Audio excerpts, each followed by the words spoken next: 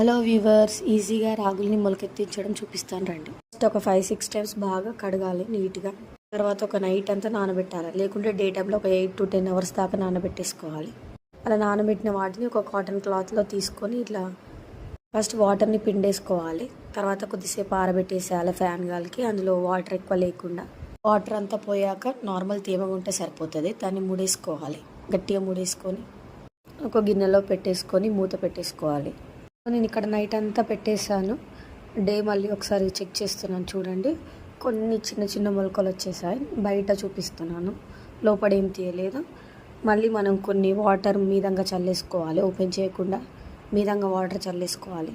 Water చల్లేసుకొని మళ్ళీ ఒక evening దాకా చూడాలి. మనం మార్నింగ్ చల్లేస్తున్నాం కదా వాటర్, ఒక ఈవినింగ్ దాకా చూడాలి. నేను ఈవినింగ్ ఓపెన్ చేస్తున్నాను. మళ్ళీ ఇక్కడ చూడండి ఎన్ని మొలకలు వచ్చాయో. చాలా తక్కువ వచ్చాయి, ఇంకా ఎక్కువ వస్తాయి. మనం ఇంకో 1 day అట్లా పెట్టేస్తే, వాటర్ జల్లి మంచిగా పెట్టేస్తే. సో నాకు తక్కువ మొలకలు చాలా అనిపించాయి, ఎందుకంటే నేను పౌడర్ చేసి వాడుకోవడానికి. నార్మల్గా మొలకలు తింటే ఎక్కువ మొలకలు వస్తే పర్లేదు, కానీ ఇట్లాగో మొలకలు తీసేస్తాం కాబట్టి తర్వాత వాటిని డ్రై చేసి, అంటే ఒక గంట ఎండలో పెట్టేసి సరిపోతుంది. తర్వాత కొద్దిగా వేపుకొని తర్వాత పౌడర్ చేసేస్తే సరిపోతుంది.